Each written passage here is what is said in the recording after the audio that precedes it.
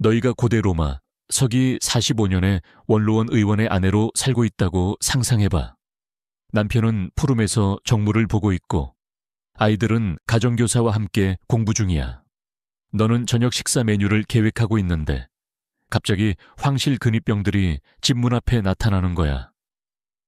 근데 이들이 너나 네 남편이 뭘 잘못해서 온 게 아니야. 이들은 황후 메살리나 마레리아 메사리나가 직접 너를 불렀기 때문에 온 거야. 그리고 지금부터 너에게 일어날 일은 너의 결혼 생활을 파괴하고 가족의 명예를 망치며 세계에서 가장 강력한 여성이 너의 굴욕을 그저 평범한 화요일 밤에 오락거리로 즐기는 상황으로 몰아갈 거야. 그래, 이건 실제로 일어난 일이야. 발레리아 메살리나는 클라우디우스 황제와 함께 7년 동안 로마 제국을 통치하며 약 6천만 명의 사람들을 사실상 지배했어. 역사책에서는 그녀를 젊고 아름다운 황후로 묘사해. 칼리굴라가 암살당한 혼란 속에서 제국을 안정시키고 클라우디우스에게 후계자를 낳아준 인물로 말이야. 하지만 역사책이 절대 말하지 않는 게 있어. 그 화려한 대리석 동상과 공식 행사 뒤에서 메살리나는 인류 역사상 가장 뒤틀린 체계적인 성착취 네트워크를 운영했어. 이건 그냥 황후가 불륜을 저지른 이야기가 아니야. 이건 제국의 오락으로 위장된 산업적 규모의 심리전이었어. 심지어 노예 소유가 일상이었던 로마인들, 심지어 그들조차 이 이야기를 기록하기 어려워할 정도로 충격적이었던 일이야.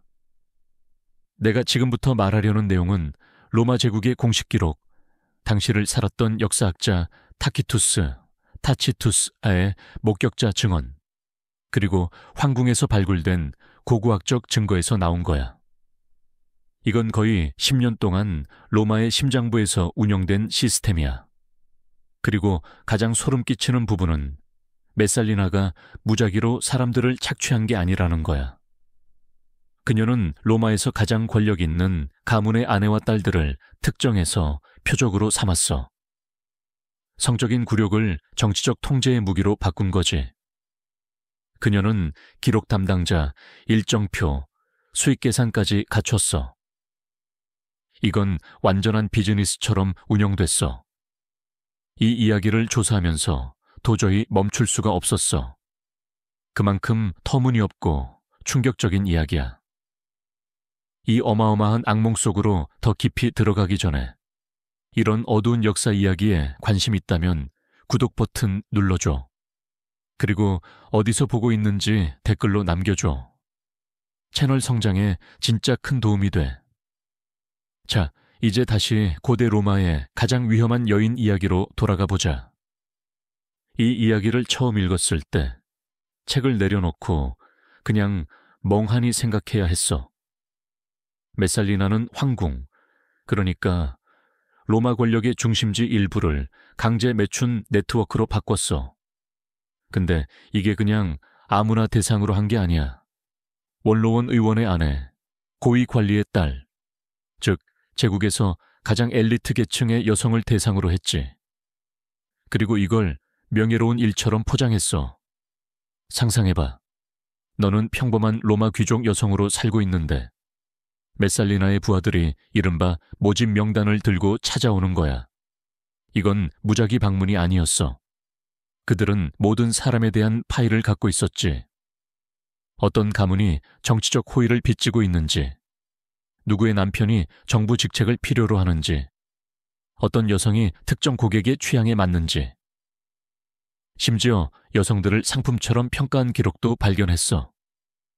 외모, 가문 연줄, 심지어 성격까지 분석해서 누가 순응할지, 누가 문제를 일으킬지 예측했지.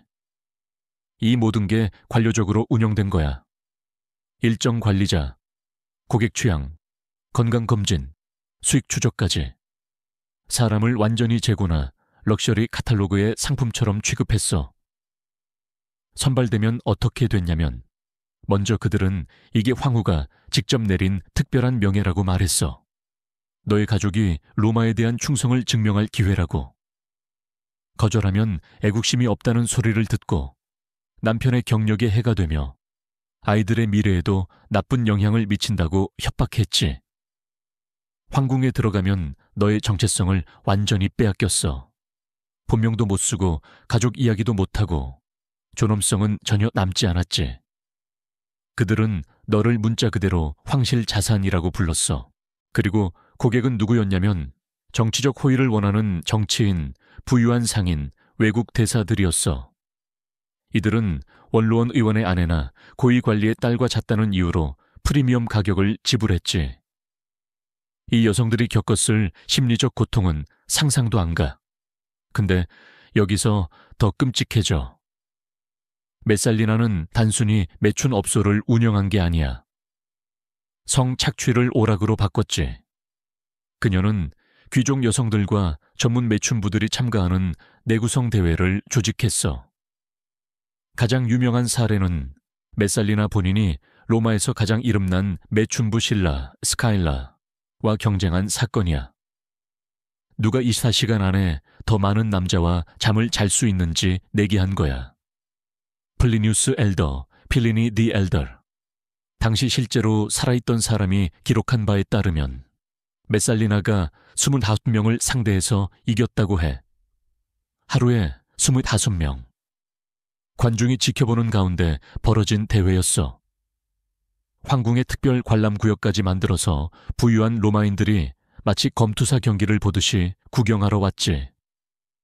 단지 검투사 대신 원로원 의원의 아내들이 굴욕을 당하는 거였어. 연구하면서 정말 충격적이었던 건 메살리나가 이 여성들을 외교 도구로 사용했다는 거야. 로마를 방문한 외국 왕이나 총독들에게 고위 로마 여성들과의 시간을 황실의 호의로 제공했지. 하지만 이건 단순한 외교가 아니었어. 협박이었지. 그녀는 모든 걸 기록해서 나중에 정치적 레버리지로 사용했어. 원로원 의원의 아내와 잤다고. 이제 우리가 너를 쥐고 있는 거야.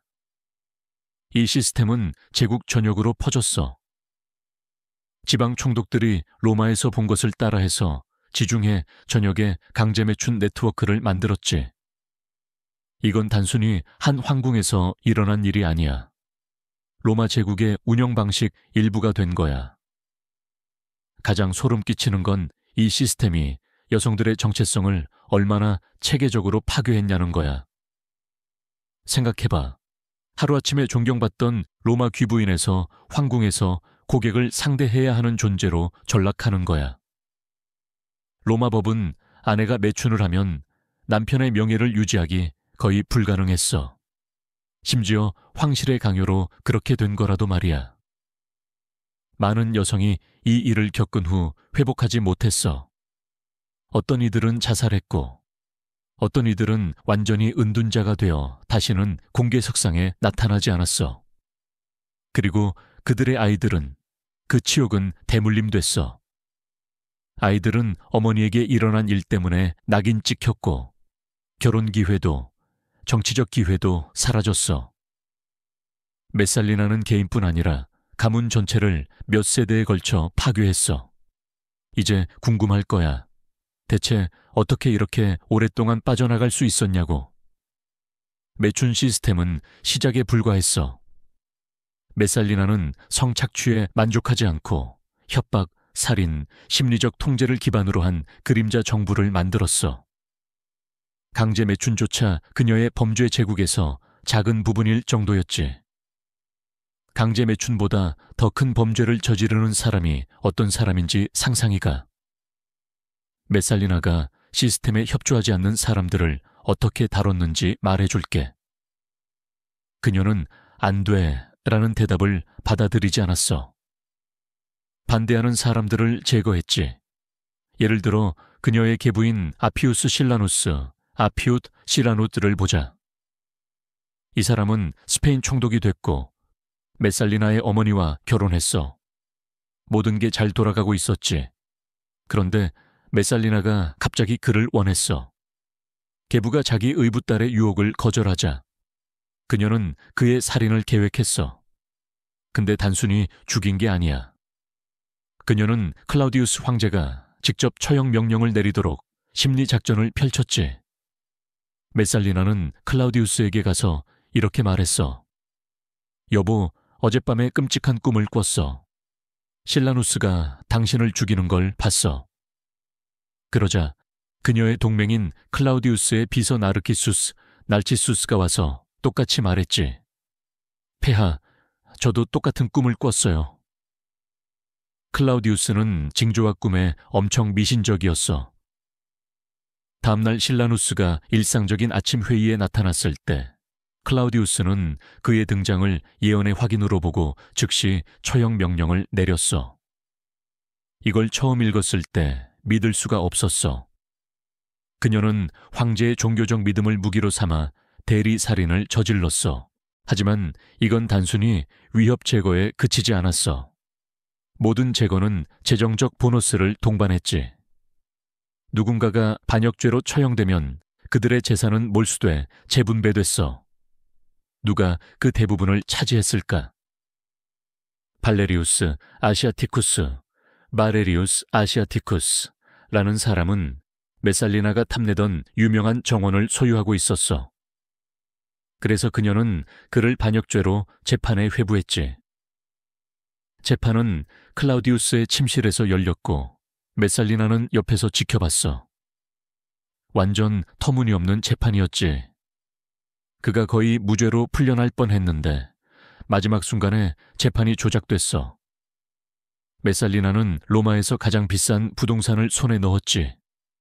이게 정말 충격적인 건 이 모든 게 돈이 됐다는 거야. 강제 매춘은 수익을 냈고 재산 몰수는 부를 가져왔으며 정치적 협박은 지속적인 수입원을 만들었어. 메살리나는 로마 제국 시스템을 정부로 위장한 범죄 기업으로 바꿨지. 그리고 7년 동안 클라우디우스가 전혀 눈치채지 못했어.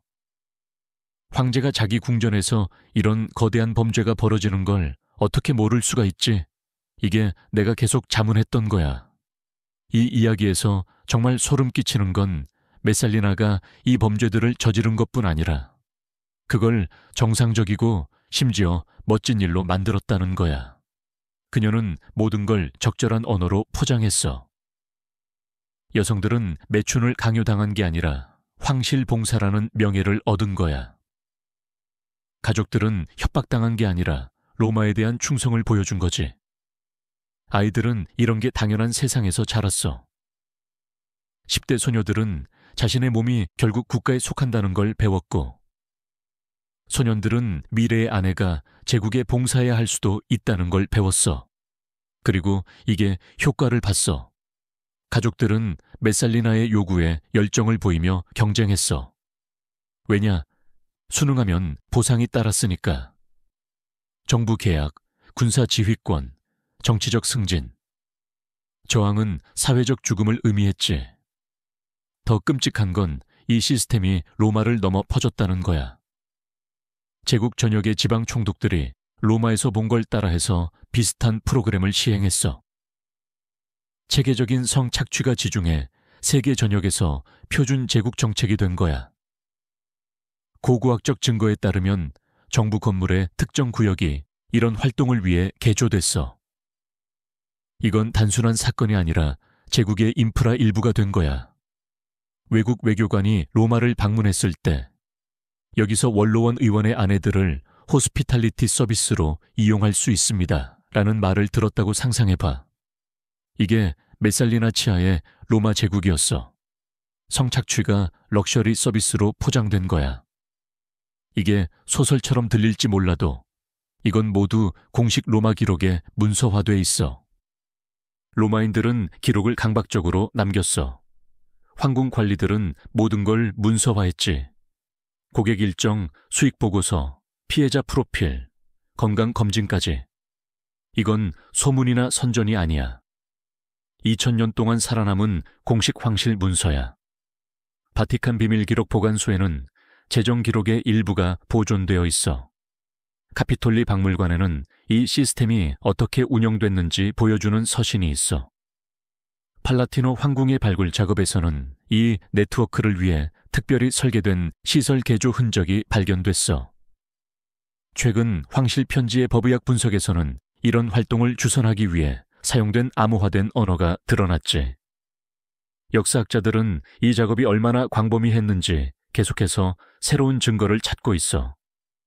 현재 추정으로는 수백 개의 로마 가문이 직접 영향을 받았고 수천 명이 선발될까봐 끊임없는 두려움 속에 살았어. 그리고 이건 빙산의 일각일 가능성이 높아. 대부분의 피해자는 자신이 겪은 일을 절대 말하지 않았고 메살리나 사망 후 대부분의 기록은 의도적으로 파괴됐어. 그렇다면 이 모든 게 어떻게 무너졌냐고. 메살리나는 너무 욕심을 부렸어.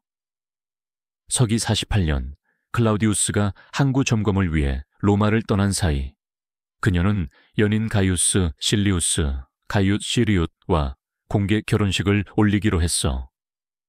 비밀 연애가 아니라 모든 로마 법적 절차를 따른 정식 결혼식이었지. 이건 중원 반역, 그리고 로마 역사상 가장 멍청한 정치적 결정의 하나로 합쳐진 거였어. 결혼 파티는 그녀가 7년 동안 쌓아온 모든 걸 과시하는 거대한 축제가 됐어. 메살리나의 피해자들이 파티 손님들을 위해 오락거리로 강제로 동원됐지.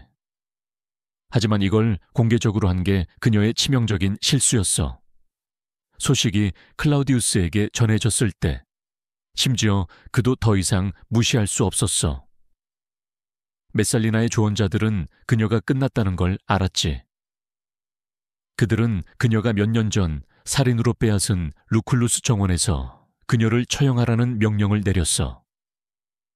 메살리나의 마지막 순간 그녀는 자비를 구걸하며 협상하려 했어. 존엄도 명예도 없이 그저 필사적으로 매달렸지. 그녀는 다른 사람들의 존엄을 파괴하며 살았던 방식대로 폭력과 인간의 가치를 완전히 부정한 채 죽었어. 메살리나의 이야기가 정말 무서운 건 단순히 한 악한 사람이 끔찍한 짓을 저지른 게 아니라는 거야. 권력을 가진 사람이 체계적인 비인간화를 얼마나 빨리 정상화할 수 있는지를 보여줘. 관료제, 언어 조작, 경제적 인센티브, 세대에 걸친 트라우마. 이런 패턴은 역사를 통해 기관이 사람들의 삶을 절대적으로 통제할 때마다 나타나. 메살리나가 이용한 심리적 메커니즘은 오늘날에도 여전히 유효해. 부끄러움으로 행동을 통제하는 힘, 성적인 굴욕을 정치적 무기로 사용하는 효과, 체계적인 학대가 점진적 실행과 적절한 문화적 포장을 통해 정상화되는 방식. 고대 로마에서 이게 어떻게 작동했는지 이해하면 우리 세상에서도 비슷한 패턴을 인식하는 데 도움이 돼. 하지만 가장 중요한 건 이름과 이야기가 역사에서 완전히 사라진 수천 명의 여성들을 기억하는 거야. 한 사람의 절대 권력 제국을 위해 상상할 수 없는 트라우마를 겪은 실제 사람들이야. 그들의 고통은 진짜였고 그들의 이야기는 2000년이 지난 지금도 전해질 가치가 있어. 이런 일이 다른 형태로 다시 일어날 수 있다고 생각해. 댓글로 너의 생각을 남겨줘. 이 터무니없는 역사에 대해 어떻게 생각하는지 진짜 궁금해. 너라면 그 황실에서 살아남을 수 있었을까? 메살리나의 시스템에 휘말렸다면 어떻게 대처했을 것 같아?